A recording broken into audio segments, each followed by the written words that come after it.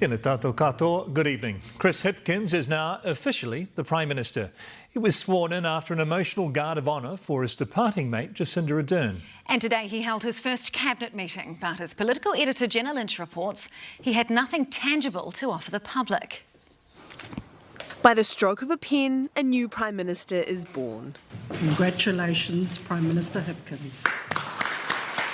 Chris Hipkins, proud as punch, taking it all in and giving a little wave to his family. This is the biggest privilege and responsibility of my life. The responsibility of leading a country alongside his deputy, Carmel Sepuloni. It was an immensely proud moment for both of us. Hipkins gathered his cabinet after they'd bid farewell to the old boss, symbolically dressed in exactly the same dress she wore when she found out she was going to be the Prime Minister. Jacinda Ardern left the building. Her colleagues full of hugs, tears and applause for a leader they adored. The ceremonial steps taken, with one last wave, comes a new picture of leadership.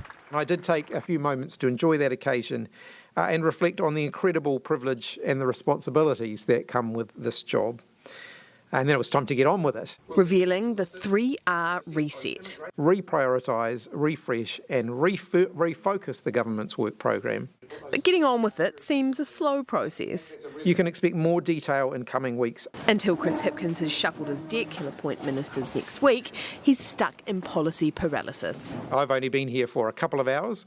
Now I need to work through the options about what we do about that. I'm not going to start making announcements only a couple of hours into the job. I've only had the job a couple of hours. Hipkins has, in his introduction to the public, revealed he doesn't believe everyone is paying their fair share of tax. Are you going to completely reform our tax system?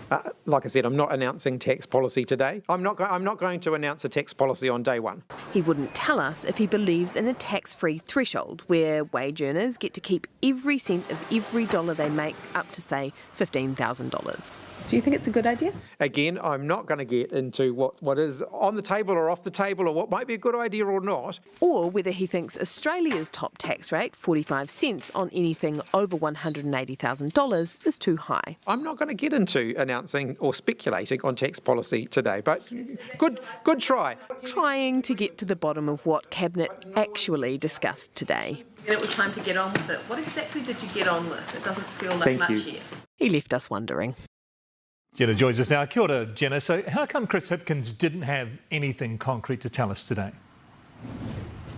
It's a sequencing thing, apparently. He wants his new team in place so that new ministers can own the reset. For instance, a new broadcasting minister can more easily scrap a TVNZ-RNZ merger. A new local government minister can water down Three Waters, distance themselves from the government of old because they're not as wedded to those projects. Jacinda Ardern had already got the wheels spinning on a policy reset, but I'm told that Chris Hipkins will take to it with more fervour. What may have been a trimming under Jacinda Ardern will be somewhat more of a scrapping under Chris Hipkins. But he would do well not to take his time on this. The government's had all summer to mull this over. People are waiting in anticipation. Chris Hipkins has a moment to seize. It's time to seize it. Political editor Jenna Lynch, Tēnā koe.